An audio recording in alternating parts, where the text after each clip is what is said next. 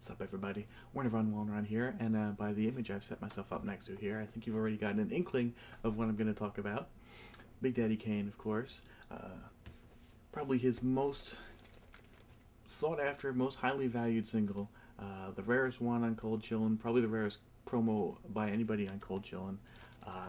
Ain't No Half Steppin', of course. Probably his greatest song to date, even though it's off his first album, still his best. Real classic. I mean, I loved it when it came out. I loved the video. I love, it was one of my, this and The Symphony were really my two favorite songs growing up. And it still is today. So Ain't No Half Steppin'. The remix promo only 12-inch. We're going to talk about it today. So the remix 12-inch, and the remix is only on the promo, by the way, so it's pretty rare. There are generic Ain't No Half Steppin' 12 inches, but they don't feature the remix. There's actually a couple 12 inches. Most only feature the album version. There's also one that features a shortened radio edit, if anyone would care about that. That's about 3.5 minutes. Otherwise, all of the singles just feature the album version, except for this one. So, very limited quantities. 3 things basically you should know about this single. Okay, so first, the rarity and how much it's sought after. You're not going to get it cheap unless you get super incredibly lucky. So if you do see it cheap somehow, jump on it. Second thing is that the labeling is all screwed up, and I'm going to get into that in a minute. And then third thing is that it's dope, and you want it. You like the album version, you're going to like this even more. Okay, so let's talk about the labeling. I mentioned it's, let me take this off. I mentioned it's a little screwed up, and it is. You've got 3 versions, and at least they've got that much right. So according to the label, you've got the vocal remix on side 1, that's the only one, and they credit that as being 6 minutes and 21 seconds.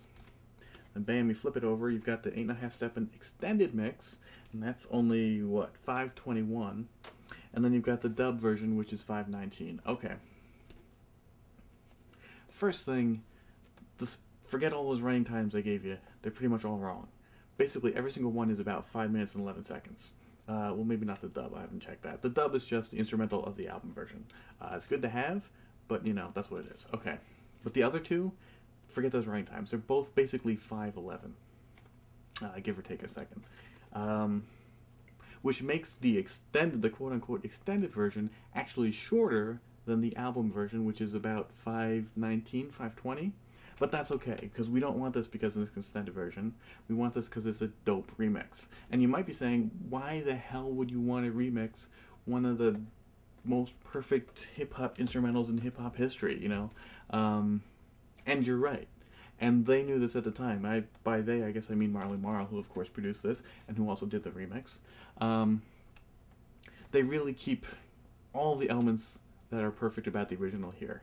It's the same sample from, The Emotions, Blind Alley, the same basic piano and bass line, and of course the crazy UFO sound, that ring, ring, ring, ring, the same basic drum track. So they keep all the same basic elements, which is why this remix actually works.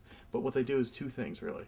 First of all, they chop it up a lot more. They vary it more, which basically it makes it more engrossing. You're going to be compelled to nod your head to it even more than you were in the album version. It just keeps kind of cutting out, like at some points it'll only be the UFO point, some points it'll only be the piano, and just kind of chopping up and pull you in. And the second thing is they add a new drum track kind of on top of the existing drum track. And again, they only do that at certain points. It's called a vocal remix, but the lyrics are exactly the same in all versions. There's no difference in his vocals. I assume they use the exact same acapella on all the tracks.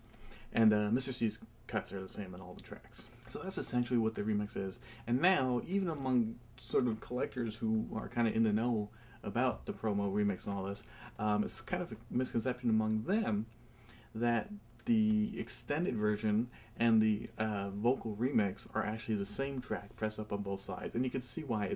The remix uses all the same elements not only all the same elements as the original, but then even the way they kind of chop it up and things and add in the new drum track are the same on both remixes. And they're both exactly like 5 minutes, 11 seconds. So it really seems like it's the same track, but it's not.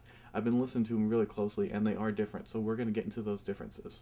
Okay, so just to show you what I mean, right away, actually I'm putting on the 12-inch here, but we'll start out with the CD version. We'll start out with the album version. Just play the intro. Now this isn't compellingly different, but you'll hear that it's different, so you'll know. Oh yeah, I'm with this.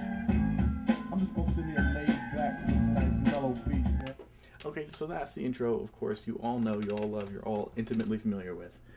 Any, classic b-boy hip-hop fan is anyway. So now we're going to go into the remix. This is the alternate vocal remix, but really doesn't matter. They both start out the same way.